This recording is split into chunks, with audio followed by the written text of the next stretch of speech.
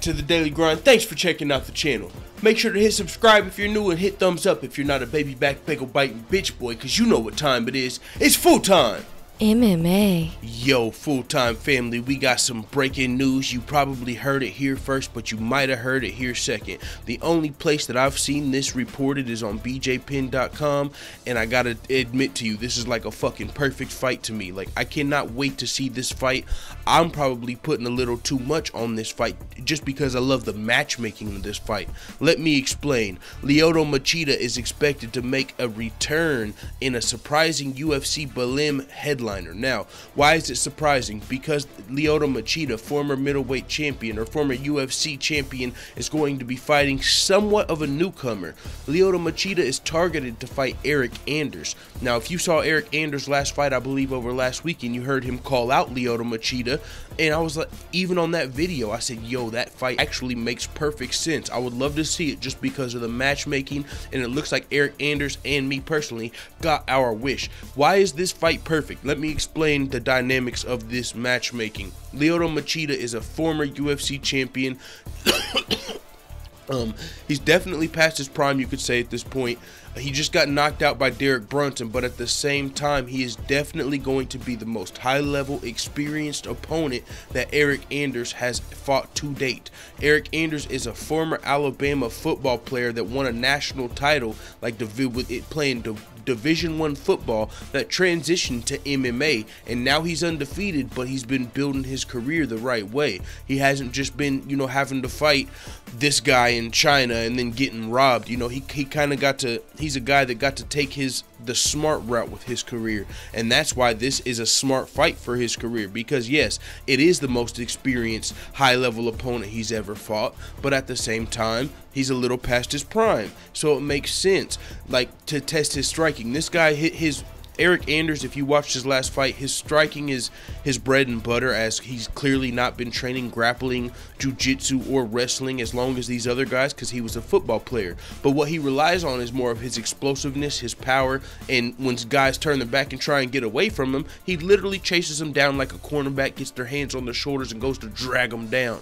Like, now when he gets them down there, you're not going to see super impressive jiu-jitsu, but that's why this fight's perfect. If you just threw Eryk, this former football player, undefeated football player, against one of the top middleweights in their prime, yeah, he's got the chance to connect, but he's probably gonna be an underdog. And you know, like let's say a fucking Luke Rockhold, a Chris Weidman, a Derek Brunson, any of these guys, I'm not picking Eryk. It's a little too early in his career. He's only fought 2 times in the UFC. He did come from the UFC's feeder organization, the LFA, before like the RFC and the, you know, they combined to make the LFA. So this guy did come from the LFA.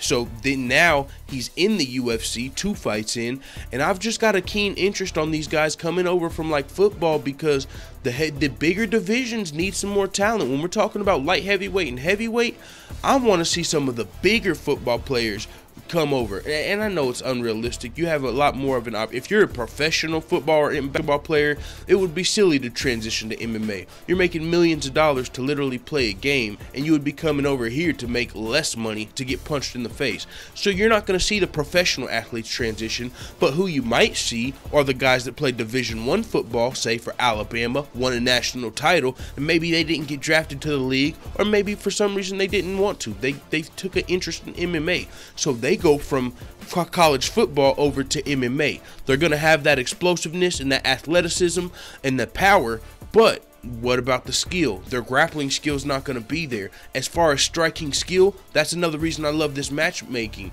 Lyoto Machida is, of course, you're going to say the more decorated striker in this fight, but look what just happened with Francis Ngannou, Alistair Overeem, the decorated striker, the most experienced guy Francis Ngannou's ever fought. What happened? That the athleticism, the youth, it took over, you know, and it won the fight versus experience. Now that's similar here, but this is a middleweight version. You got a powerful dude coming up who doesn't have much MMA experience, probably wasn't even thinking about MMA 5 years ago, just like Francis. And then you've got a guy that's a former fucking champion that's did it around the world, and Eryk is coming to Brazil. This fight's going to be in Brazil, and I don't know who to pick. I got to admit, I would probably lean toward Eryk, undefeated guy, football player coming over. but I love this fucking matchmaking because I had a chance to get smoked as far as skill wise. Like Lyoto Machida could, I don't know how, and that's another thing about these guys coming over from football. Yeah, they're big muscular dudes, but you really don't have to worry about their cardio either. I mean, I saw Trevin Giles. I believe he was a former football player as well on the same night. His boxing was fucking beautiful. His cardio was on point. I don't know.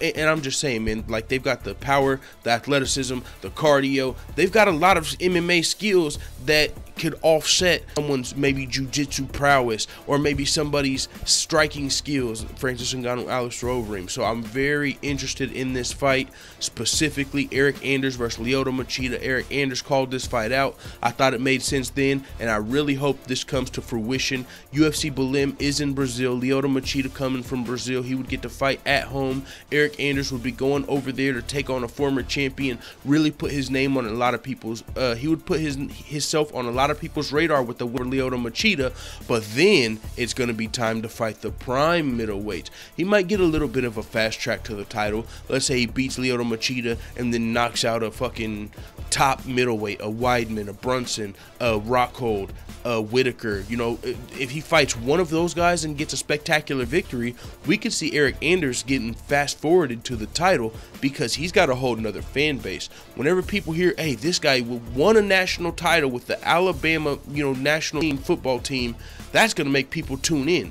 There's a lot of college football fans, and Alabama is one of the most prominent schools, and for him to have won a title with them, and imagine him being undefeated coming in to fight for a UFC title, that's star power. So he's got a lot of potential, but he's got to get past Lyoto Machida first, and then maybe one more top middleweight before we could see that happen. So I'm really interested in this fight. Can't wait to see it. UFC Belem's looking to be really good. We just heard that Valentina Shevchenko is going to be fighting like undefeated Priscilla Cachoeira on the same card.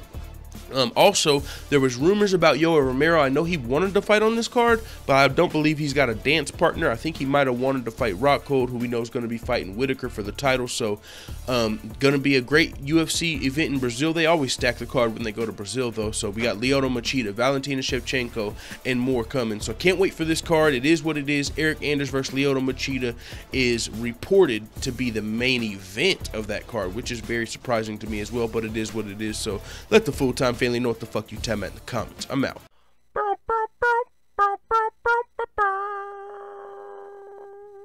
Da da da da da. It's the motherfucking DOWG.